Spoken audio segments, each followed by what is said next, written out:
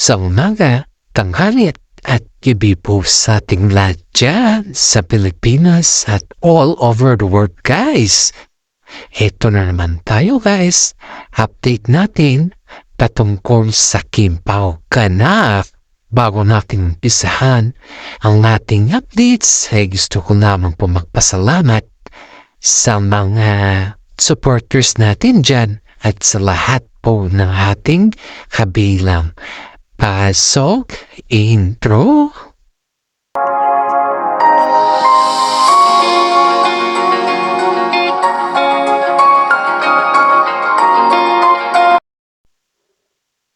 Okay. Ito na tayo, guys. Ayon dito sa ating mga legit na sources, guys, ay talagang tuloy na daw nung pagpira ng My Love Will Disappear. Sana nga ay totoo na at sana nga ay hindi na tayo papasahin pa ng mga iba. Ang hirap, guys, pag tayo ay pinapaasa lang at siyempre tayo mga netizen na nanonood ay excited tayo sa lahat. Kaya ang iniisip natin palagi dito yung ano yung magiging possibilities pag hindi na naman na ituloy ang My Love Will Disappear. Kaya sana naman ayan dito sa GMA reporters sabi nila dito na tuloy daw ang My Love Will Disappear at kati na rin yung mismong direktor na napakabata pa na yung direktor nito. Talagang inaabangan ang My Love Will Disappear also kasi first time daw niyang gumawa ng sequel o gumawa ng ganun na movie kina Paolo Avellino at saka si Kim Chiu. Wow na wow daw sa kanya. Swak na swak daw sa kanya kasi hindi daw niya sukat akalain na siya daw yung pinili ng Kim Pao na gagawa ng movie sa kanilang dalawa. And at the same time naman, guys, alam naman din natin kung gaano inaabangan ng mga ibang tao ang My Love Will Disappear, diba? Kaya tayo dito, guys, isipin mo na lang ito. Kung sakaling ikaw yung isa sa mga tao na kumbaga is nasa iyo yung kilig factor ba? Parang ganon sa atin. Isipin mo ito, guys. Yung pakiramdam na binigay mo na lahat-lahat. Tapos, ikaw yung binigay mo na lahat-lahat and then ikaw yung may sinasabi sa iyo na yung okay lang.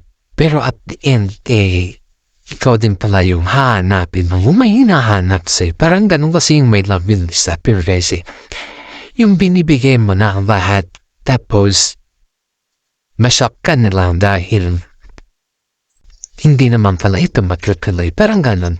Sakit kasi sa pakiramdam na ganun yung magiging reaction na naman ng mga ibang tao dito sa My Love Will Disappear. Ay para sa akin na bilang isang wala po ng Kim Pao ay yung gustong-gusto ko talaga na maayos yung My Love Will Disappear or yung hindi na tayo papasahin pa ng direktor o ano man dyan.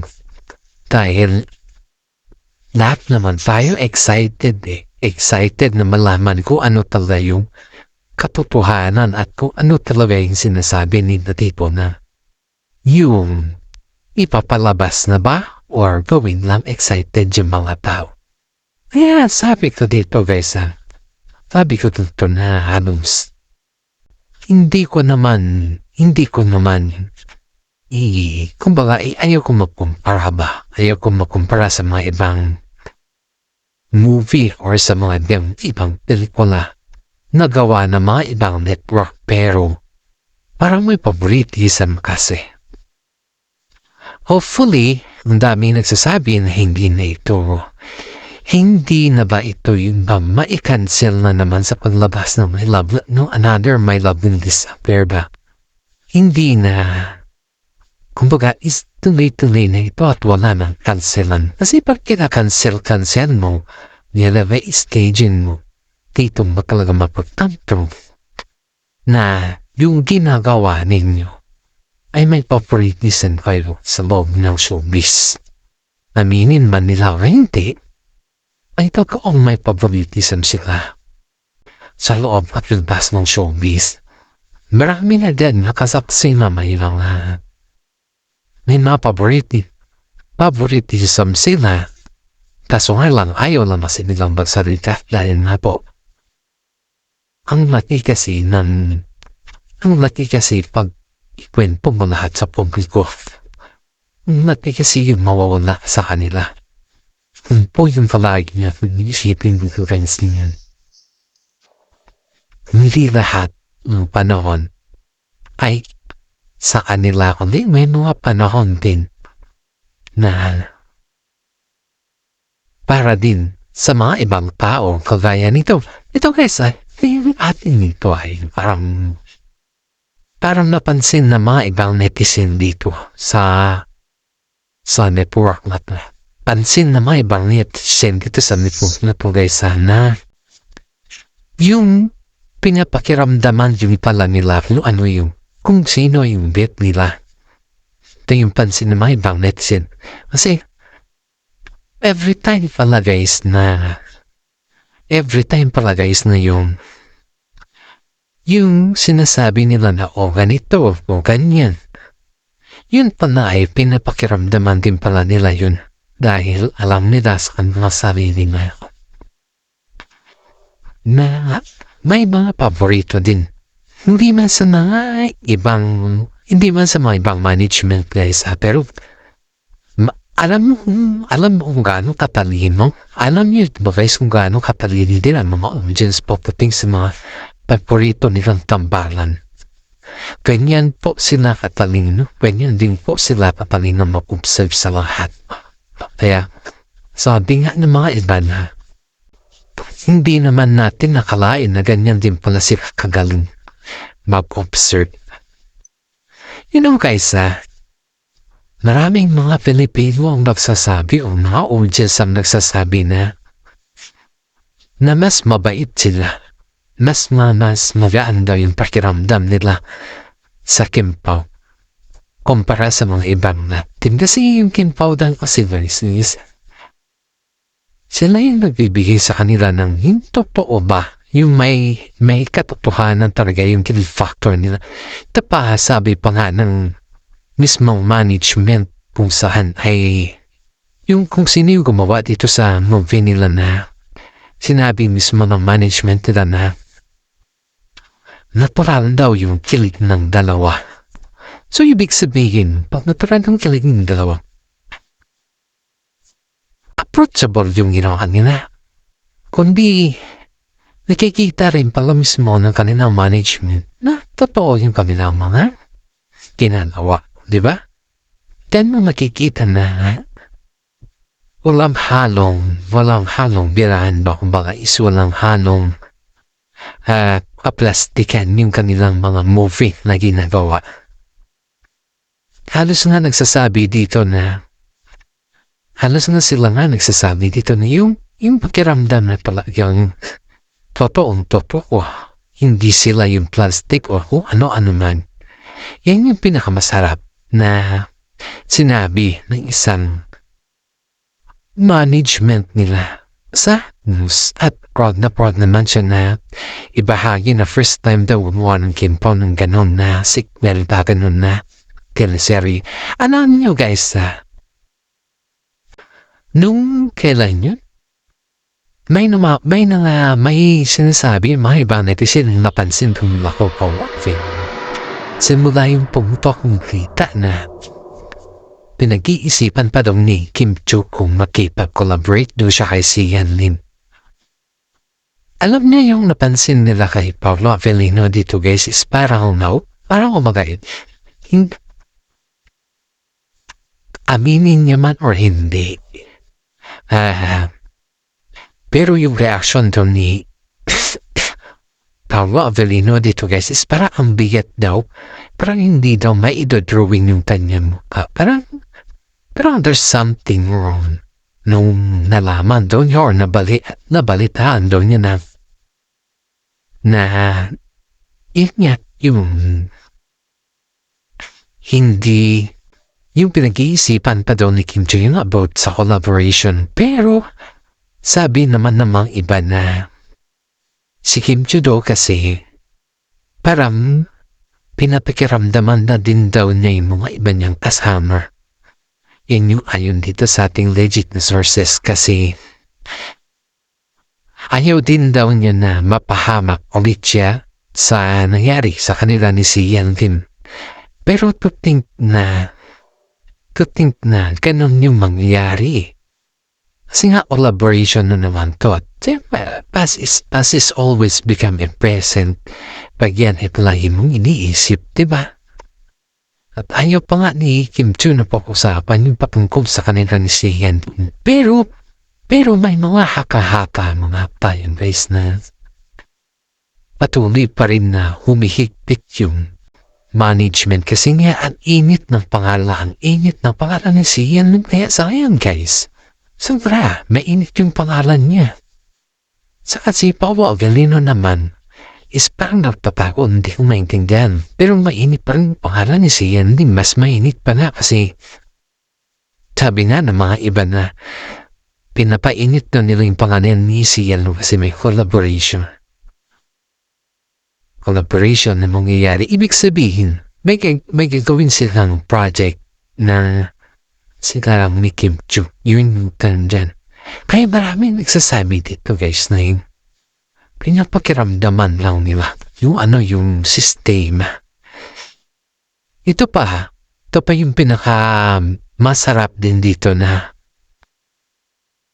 si Paolo daw is parang ayaw niya talaga na balikan ni Kimi Sisian. Kasi yung collaboration na naririnig niya is talagang yung facial expression niya that time is parang hindi maipinta. Walang ganon kasi. Baga is hindi mo talaga maipinta yung nasa sa loobin ba? Hindi mo maipinta kung ano yung mayroon talaga doon. Ay sabi nga na may iba na maraming nagsasabi na yung kiling na nararamdaman nila kay Paolo Avellino at saka kay Kim Chu guys is totoo. Ito na naman guys, yung nag-jogging na naman sila na nagbanding sila ni Paolo Avellino na yung jogging na sila. Aba, may issue na naman dun guys. Yung jogging sila. Ano ba yung issue dito na yung sinabihan daw na kaya daw makikipag-jogging si Paolo Avellino dahil nga daw may kasalanan siya kay Kim Chu dahil hindi daw siya pumunta na sinundo si Kim Chu after the set. Yan yung mga in-issue nila guys na hindi ko alam kung sana magaling yung issue nila na ganyan na kaya daw ganun daw si Paolo Avellino na sinusuyo si Kim Chu kasi niya daw nagtampo daw si Paolo Avellino si Kim Chu dahil hindi daw niya sinundo si hindi daw niya sinundo si Kim Chu after the set. Wow na wow. Maraming mga netizen na nagsasabi na ganun na lang ba kababa yung tingin ng mga ibang netizen kay Paolo Avellino dahil yun lang talaga yung kwat nila sa kanya. Diba? Ang rasuwa. Kumbaga, hindi naman sa siya, pero ang unfair. Dahil iisipin mo na ganun lang kasimple yung kwan, pero hindi naman. Parang pakiramdaman mo na hindi naman tama yun. Diba? Hindi naman tama yun. Kaya marami mga netizen dito nasasabi na inaabangan ng katotohanan sa kanila. You know guys, sa mga iba pang mga issues na patungkol sa kanila yung bang nakitaan sila na naghawak kamay dito sa hallway daw na kung saan nanonood sila ng about dun sa premiere night ng movie ni Vice Ganda.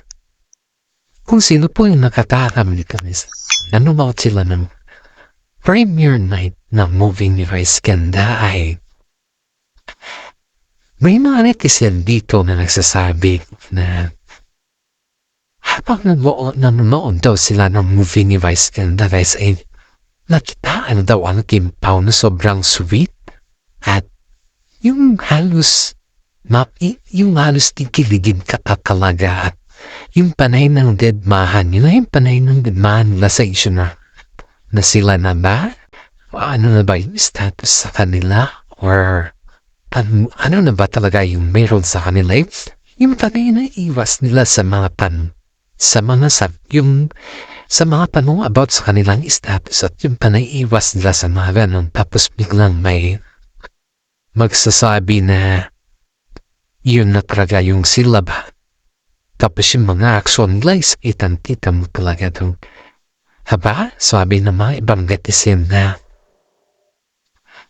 sobrang alaga daw si Kim Chu. Halos daw, sabi nga nila ang daming sasabi na halos mag-asawa na daw yung prapong nila sa isa't isa eh. Yun yung sabi ng mga netizen guys na halos yung trato daw nila sa isa't isa is mag-asawa na. Ang daming nakakapansin niyan guys.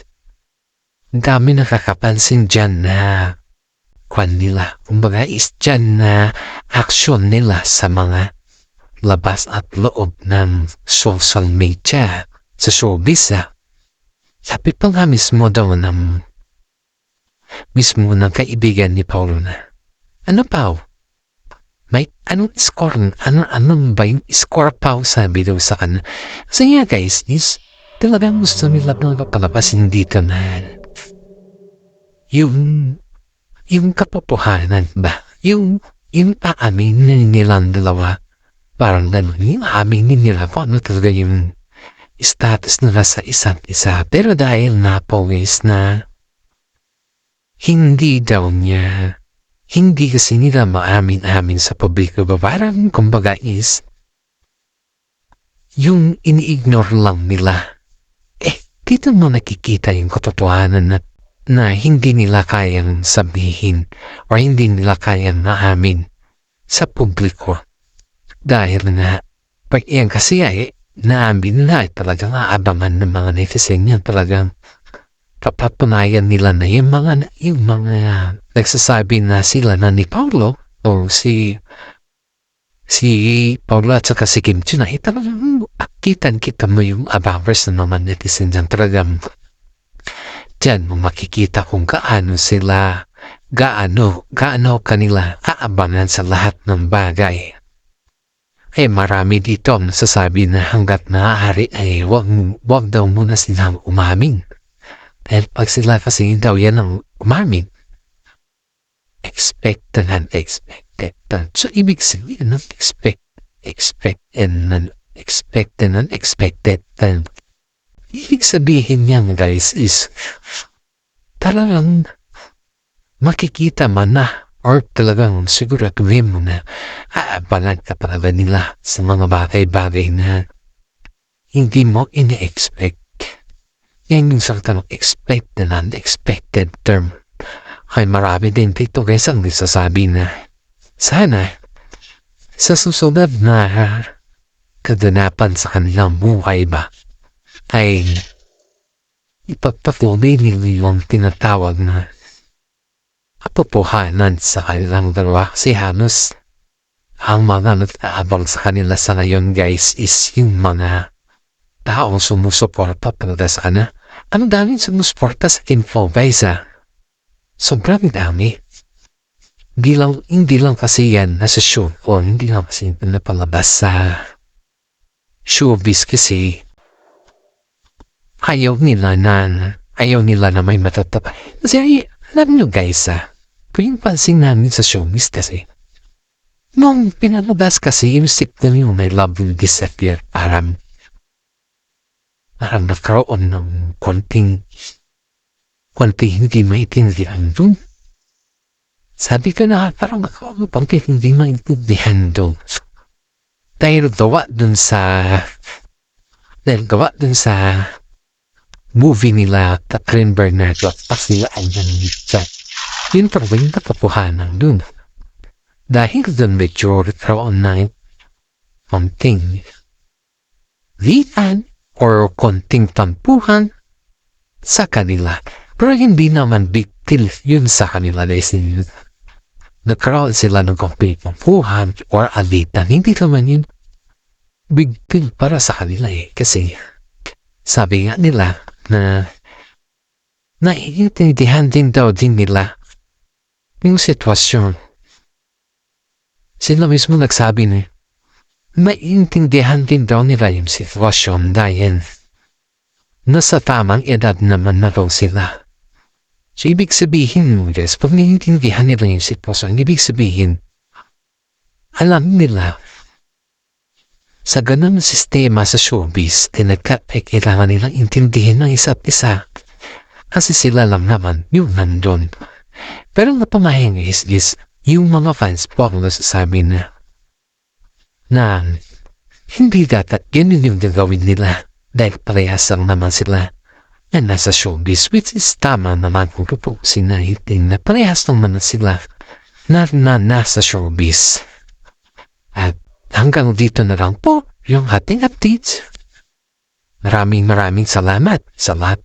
At God bless po sa ating lahat.